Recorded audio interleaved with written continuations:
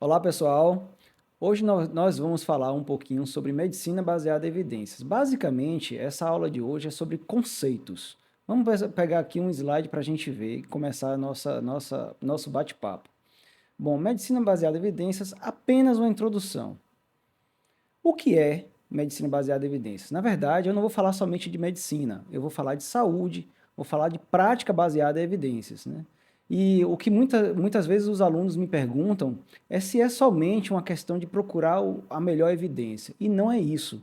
Alguns acham que pode ser somente a pesquisa propriamente dita, os métodos e as suas análises, os resultados, os seus efeitos, mas não é isso, tá?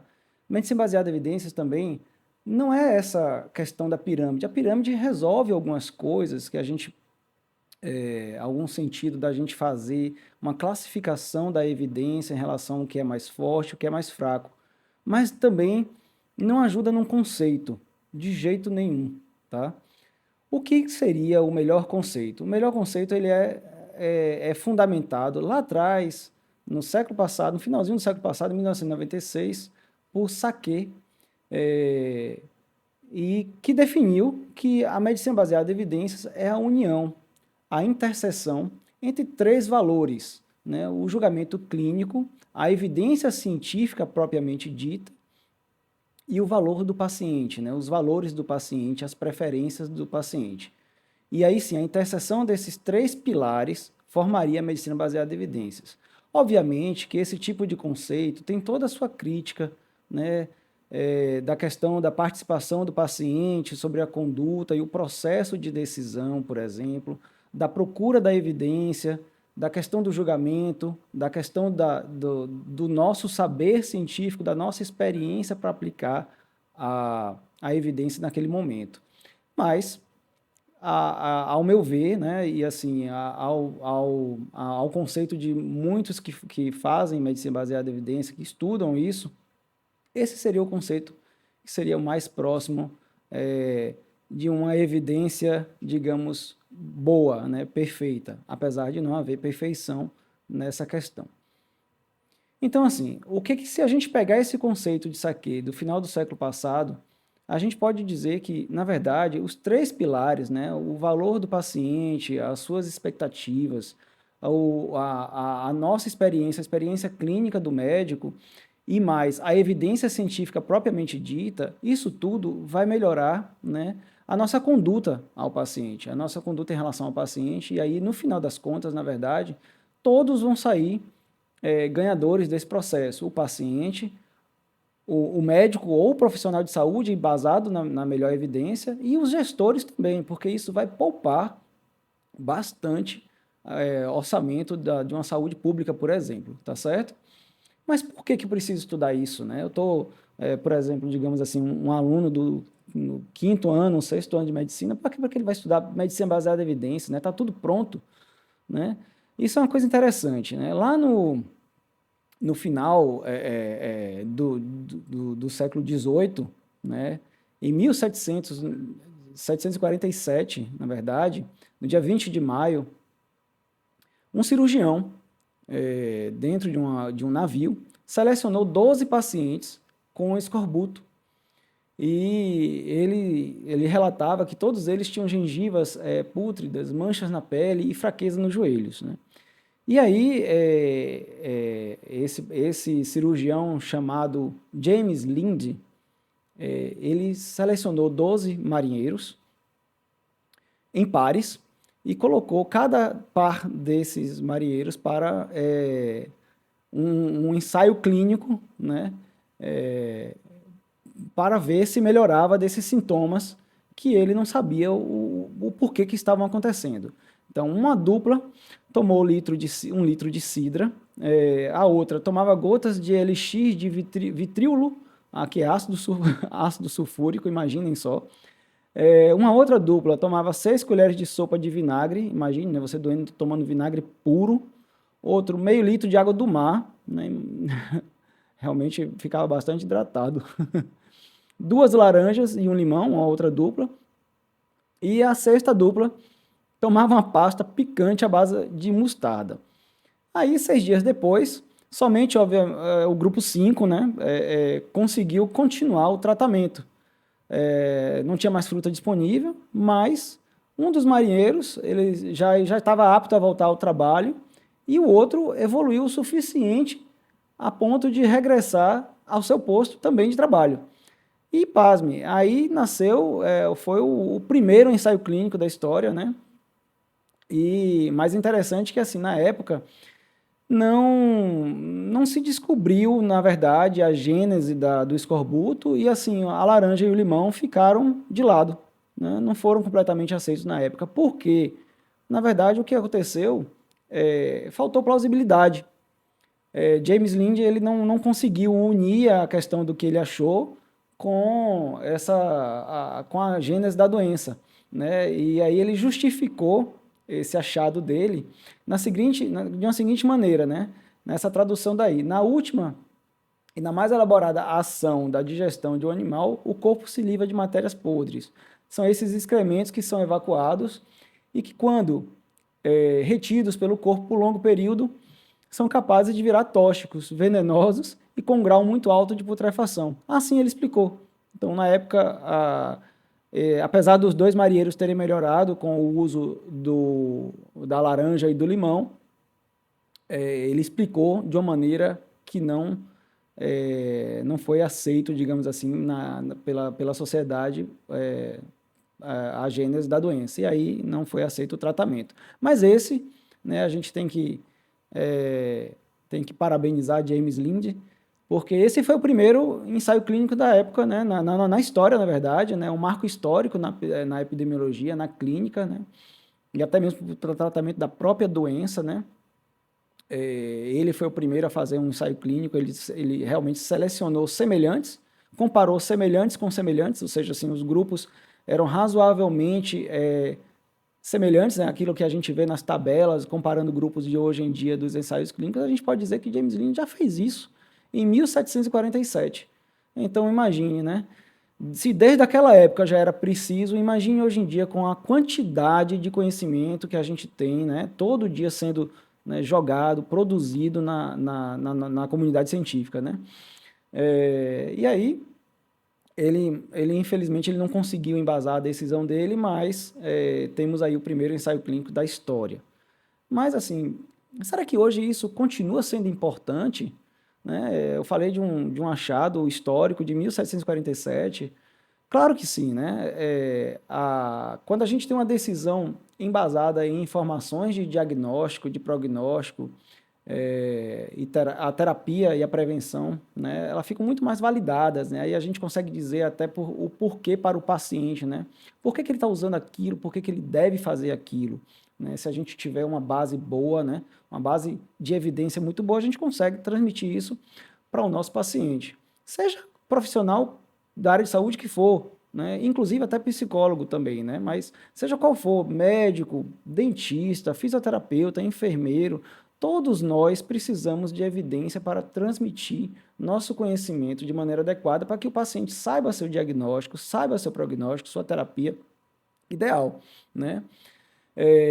O que acontece hoje em dia é que, se a gente não tiver um raciocínio, um raciocínio adequado, né, a gente fica desatualizado e se a gente começar a ficar olhando somente para fontes tradicionais, livros, né, fontes de guidelines, enfim, umas fontes mais, digamos assim, que não são atualizadas a todo momento, a gente termina ficando para trás, né? Além de ser vítima, talvez, de possíveis vieses, não só da questão da publicação do tempo, mas também da filosofia do indivíduo que publicou aquilo ali. Então a gente tem que ficar bastante atento a isso, tá? Então, assim, por que novamente continua sendo importante isso? Às vezes a gente tem, apesar de ter uma educação médica continuada, tudo isso, as fontes muitas vezes são ineficazes, né? A gente não consegue ter acesso de maneira adequada a isso, são incompletas, né? E às vezes são grandes, dá trabalho de ler, dá trabalho realmente, é compreensível isso, e são muitas vezes também difíceis, né? Não palatáveis. Então, é preciso que a gente saiba a evidência, saiba, digamos, filtrar a evidência para que a gente consiga ir direto ao ponto para nos ajudar no dia a dia da nossa prática clínica. E o que a gente ganha com isso, né? A gente ganha a habilidade de manter a atenção por período longo, que é muito difícil hoje, né? Nossa intenção hoje é tomada de sopetão por várias ferramentas de internet, de comunicação, né? Celular, computador, enfim. A nossa atenção ela está toda hora sendo sugada. E quando a gente tem um conhecimento de ler um artigo, de ler uma evidência, a gente consegue extrair rápido e eficaz aquilo ali para que a gente aplique no dia a dia, né? E tentar também, quando a gente consegue entender essa evidência, esse processo, a gente consegue preencher o gap entre a evidência e a prática, né?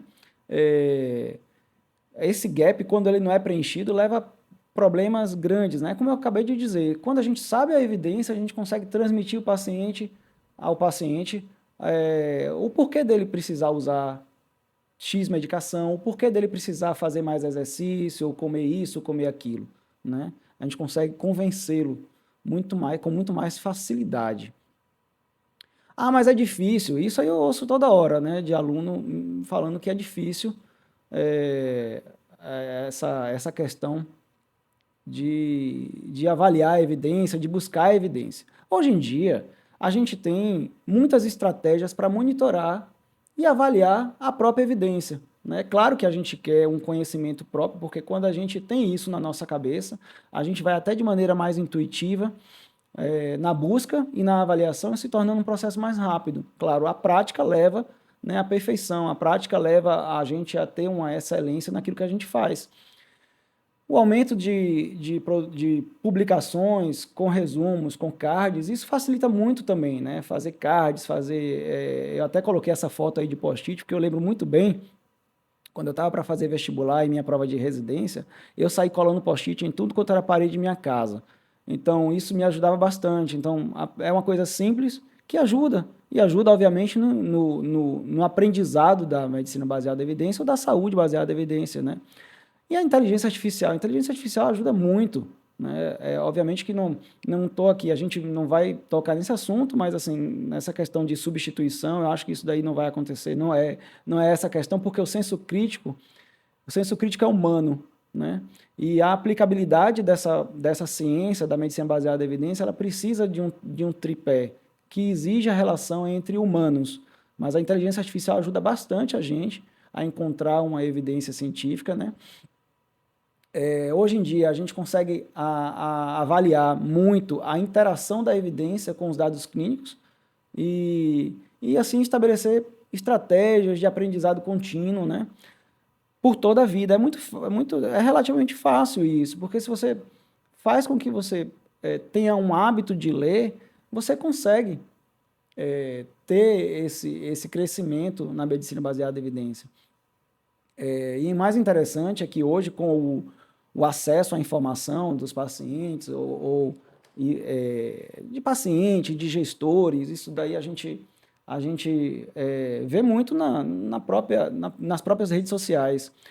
A gente tem que estar por dentro, né, porque é inaceitável que um paciente ou uma pessoa, na verdade, que não é especializada, não é profissionalizada nesse sentido, né, na ciência, saiba mais do que você. Então, você que tá me escutando, você tem que saber ser baseado em evidência para que você consiga transmitir essa informação para essa pessoa, né? Porque ele, com certeza, vai chegar a você com dúvidas, porque leu isso ou leu aquilo. Então, faz parte aí de um processo do nosso aprendizado, né? E como é que a gente pode praticar isso no dia a dia? Obviamente, além de ler, né, ler as boas fontes, procurar isso tudo, a gente vai ter aqui no canal de uma maneira bem leve, né? A gente pode converter a necessidade da informação em uma pergunta. E normalmente a gente usa uma pergunta com um mnemônico chamado PICO, né, que é paciente, intervenção, controle e desfecho. O O é de outcome, que é desfecho em inglês. né? E assim, quando vocês estiverem na prática do dia a dia, né? E tiverem alguma pergunta que vocês não têm a resposta ali de imediato, anotem.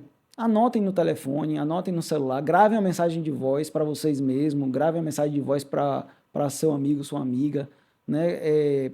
Que a mensagem de voz é rápida e você rapidinho vai ter ali a sua pergunta para depois você procurar a melhor evidência para poder responder aquilo ali. É uma boa prática isso para a gente se manter bem com interação saudável com a MBE, né? E quais são as questões que a gente pode abordar na medicina baseada em evidência, né? Achados clínicos, a gente pode perguntar, a gente pode buscar quais são os achados clínicos principais em tais pacientes, a etiologia, o risco, que aí a gente tem estudos de coorte, né, para poder responder, por exemplo. Manifestações da doença, isso daí a gente vai ver bastante também em ensaios clínicos, diagnóstico diferencial, prognóstico, né?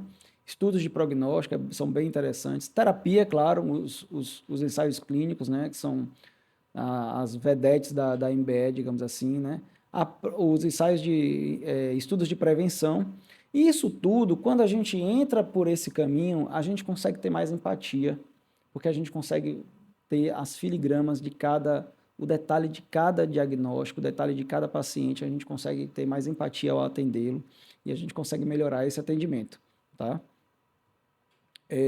Após a gente anotar a pergunta, avalie a sua pergunta, se ela pode ser respondida e como ela deve ser melhor respondida, né? Por que tipo de ensaio clínico ou outro tipo de desenho de estudo científico pode ser respondida. Se você está, por exemplo, buscando uma avaliação de risco, né, uma avaliação de risco de tal doença, essa pergunta pode ser respondida por um estudo de coorte, de caso controle, né? Avalie sua pergunta e como ela deve ser respondida. Pratique isso antes de você buscar, que isso vai fazer com que você refine sua busca, tá?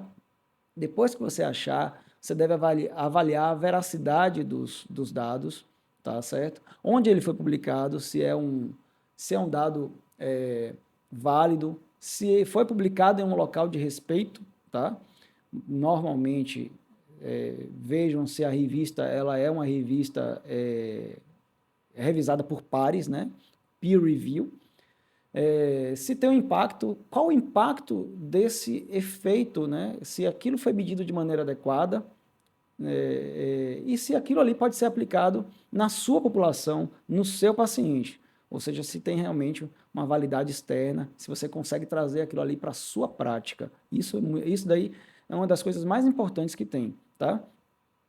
Se houver algum problema em relação à evidência que você achou, você pode se perguntar como é que eu poderia melhorar essa pergunta ou como é que poderia melhorar essa resposta, né? Será que existe uma maneira melhor? Busque novo, recomece o processo de busca, né? Isso aí, o processo de conhecimento na nossa vida, deve ser contínuo, né? Será que existem riscos de praticar MBE?